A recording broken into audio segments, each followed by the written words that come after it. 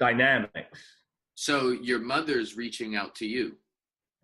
No, she isn't reaching out to me, but nor am I reaching out. Well, she does in subtle ways, What do but you I mean don't, subtle ways?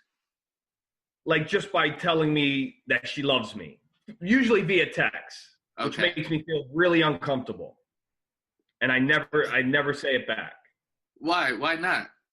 because I don't think that I don't know that I love my mother. What do you mean you don't know? I, I don't think that I do. Okay. Why don't you think you love your mother? Well, I think I might have talked about her a little bit, but I didn't grow up with my mother. Now, my mother was around. Mm-hmm. She was in and out a lot. My grandmother raised me. I'm sure I had mentioned that. So she was in and out. She lived in the same house sometimes. And I lived with her briefly. I think I was 4 or 5 years old. I lived with my mother briefly. And I talked about this last time. We were talking about step parenting. She was married.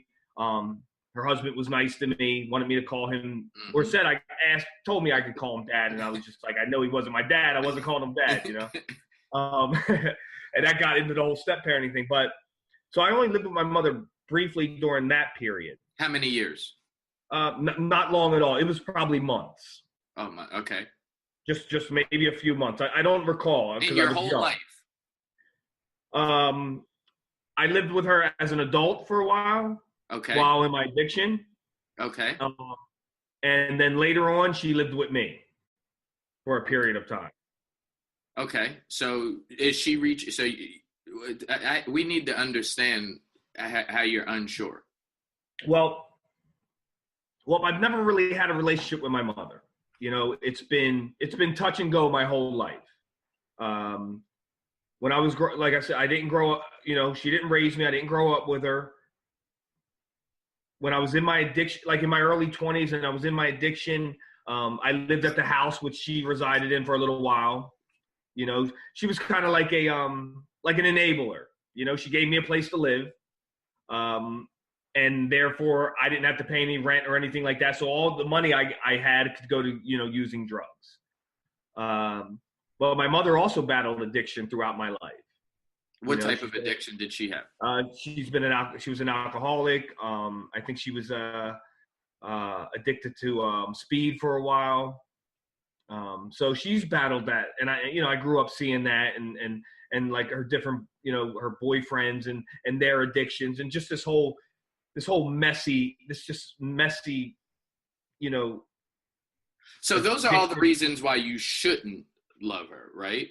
What are why you're uncertain? What are some things why you feel that you do? Well, I don't feel that I do. I just didn't want to come out and say I didn't love her.